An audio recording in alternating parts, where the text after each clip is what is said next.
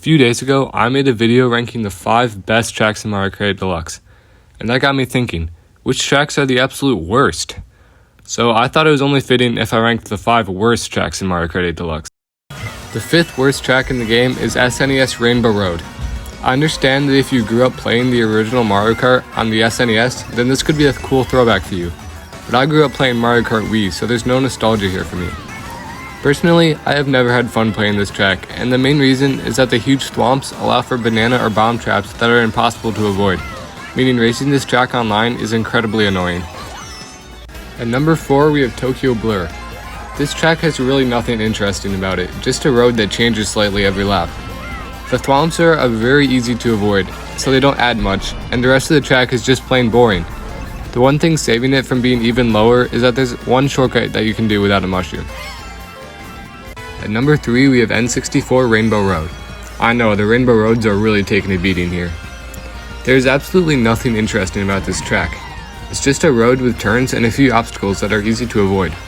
However, the soundtrack and graphics on this track are really good, and that's what saves it from being number 1. Number 2 is Toad's Turnpike. This track is a simple figure 8 with really nothing special about it. The cars are very easy to avoid, and the glider ramps and anti-gravity sections are completely useless, so all this track comes down to is driving and taking as tight lines as possible. Other courses with moving cars are fun because they make the track harder and more interesting, but Toad's Turnpike is really just plain boring. And finally, the worst track in all of Mario Kart 8 Deluxe is Sky High Sundae. This track was introduced as one of the few brand new tracks in the Booster Course Pass, and man was it a letdown. The layout is just an oval with different places to trick off of, and it's incredibly boring. Also, the floaty anti-gravity physics make it more confusing and annoying.